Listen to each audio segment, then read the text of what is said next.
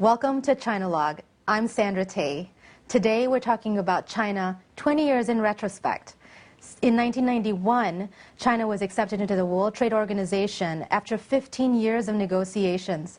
This move, in effect, coupled with wide-ranging economic reforms and financial investment pouring into the country, has propelled the country forwards to become today the second largest economy in the world behind the United States.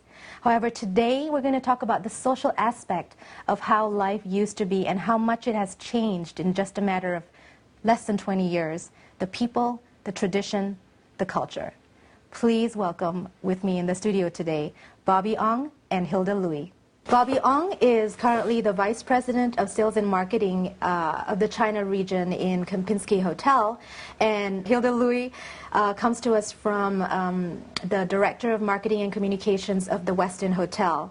Thank you so much for joining us. Most welcome. Appreciate it. Yes. Now, you have come to China in the 1990s when China was just opening up to the world, really, and they're experiencing a lot of new things, such as different foods, fashions, and of course the floating population pouring into the country. And being in the hotel industry, do you feel like you were right smack in the middle of seeing the different kinds of people that were, groups that were forming in China? You saw the, people of Beijing that were born and raised in Beijing, and then you also saw the newcomers into Beijing from all the outskirts, different provinces, and then you also saw the foreigners that were pouring into Beijing, right? Was it an interesting time to be in China? Bobby, Hilda?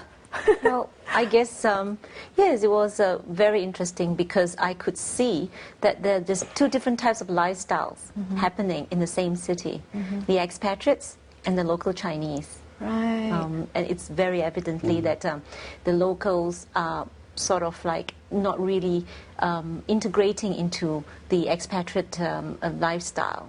It's very different. Because it was so different, so new. Everything was so new. But even in 1990s already, actually, it has already improved drastically. Yeah. But it's just that maybe because we came from a much more developed country, and that's why we feel that there's changes. But I think at that time already, many things has already improved tremendously. I mean, if you read the history of, or read about the stories of those people who's been here since 79, 75, 76, where there was no fax machine and they had to use different things, and it was already difficult for them, Right.